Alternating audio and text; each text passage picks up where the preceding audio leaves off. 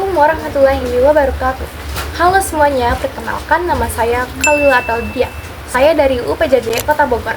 Melalui tugas video mata kuliah Public Speaking kali ini, saya akan menyampaikan sebuah pidato yang jarang kita lihat namun dapat kita rasakan, yaitu kesehatan mental di era akademik yang kompetitif. Teman-teman, pernah gak sih kalian merasa seperti berlari di treadmill yang tidak ada hentinya? Misalnya, bangun tidur, bekerja, kuliah, dan mengejar deadline yang tidak ada hentinya. Mungkin bukan hanya fisik kalian yang lelah, namun hati dan pikiran kalian juga butuh istirahat.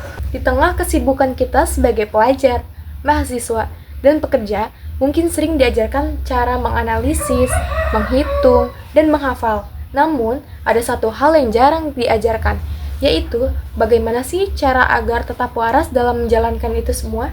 Mungkin di antara kalian sering bertanya, bagaimana sih cara agar mendapat nilai A? Bagaimana sih cara agar mendapat IPK yang tinggi? Namun, apakah kalian pernah bertanya, bagaimana sih cara menjaga kesehatan agar tidak terjatuh dalam tekanan akademik? Padahal, perjuangan akademik bukan hanya soal kecerdasan, namun perjuangan akademik juga butuh kesehatan mental. Adapun data yang saya dapatkan untuk membahas persoalan itu yaitu data dari Kemenkes RI dan UNICEF. Kemenkes RI menyatakan ada 20% remaja Indonesia yang mengalami stres berat akibat tekanan akademik, yaitu pada tahun 2023. Dan pada tahun 2022, UNICEF menyatakan ada 15 juta remaja yang mengalami gangguan kesehatan mental akibat tekanan belajar yang tidak seimbang. Angka-angka itu bukan hanya sekedar statistik, namun itu adalah persoalan yang dialami oleh generasi muda.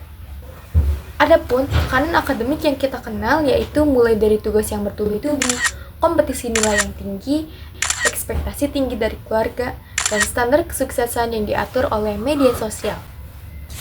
Tanpa kita sadari, kita mulai kehilangan motivasi, sulit tidur, merasa cemas, dan bahkan tidak percaya akan kemampuan diri sendiri.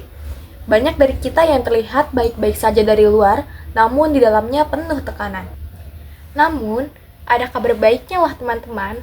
Penelitian di MA Muhammadiyah Pekanbaru pada tahun 2020 menyatakan bahwa edukasi dan pendampingan kesehatan mental mampu memperkuat rasa aman, memperkuat rasa percaya diri, dan menurunkan stres pada siswa secara signifikan.